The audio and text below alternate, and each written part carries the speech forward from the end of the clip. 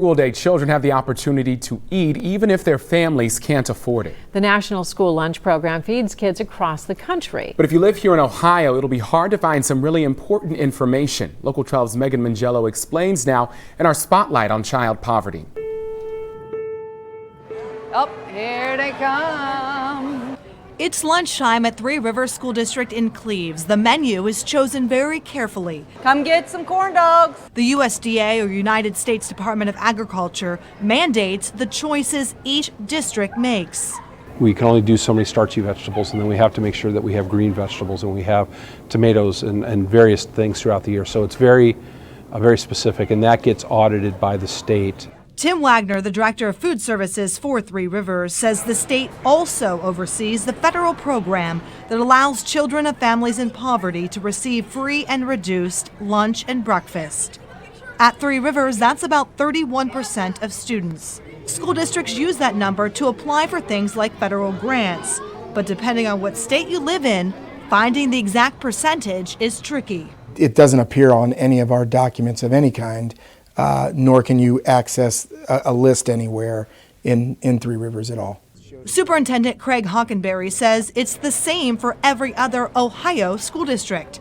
The reason, according to the Ohio Department of Education, is that their public data is, quote, aligned with state and federal laws and requirements.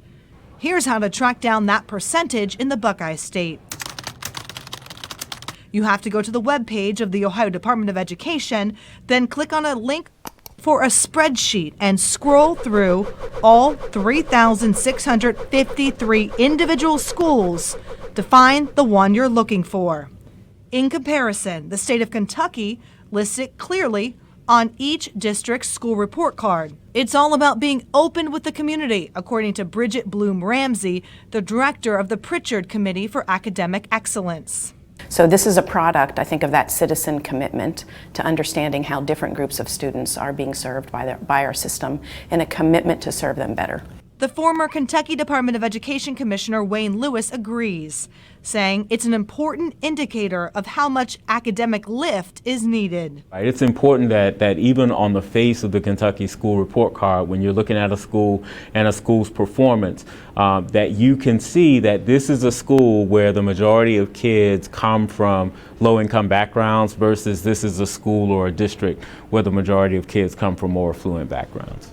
No matter how each state publicizes the percentage of students in poverty, the names of those in the free and reduced lunch program are confidential. When a student on free and reduced lunch comes to the cash register, they type in their code to pay. That's the same way any other student buys their lunch. That way no one knows that their family might need a little extra financial help. That means no teachers, principals, or faculty can access the list. But myself and the food service secretary are the only ones who can actually look at the application and say, hey, you know, the Smith family made X amount of dollars. It's very, very tight. Federal laws require every district nationwide respect the privacy of families so that every student, no matter what their background, gets the same access to a good education. MEGHAN MONGILLO, Local 12 News. Now, Ohio did list the poverty percentage on the district's report card at one time, but then the legislature made the decision to take it off.